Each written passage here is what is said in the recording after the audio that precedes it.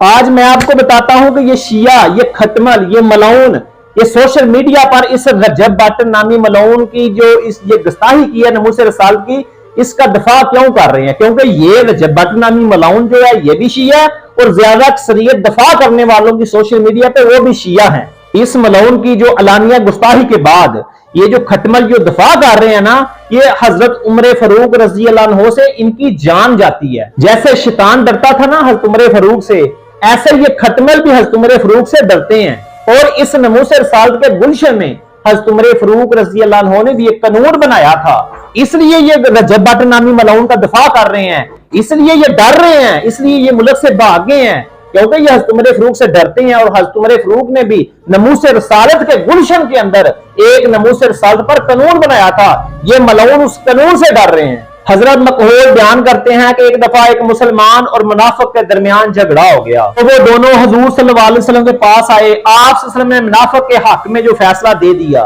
پھر وہ ابو بکر کے پاس چلے گئے تو حضرت ابو بکر نے فرمایا جو حضور کا فیصلہ نہیں مانتا میں اس کے درمیان فیصلہ نہیں کر سکتا۔ پھر وہ حضرت عمر فاروق کے پاس چلے گئے، سارا واقعہ سنایا تو حضرت عمر فاروق نے اپنی تلوار سے منافق کو قتل کر دیا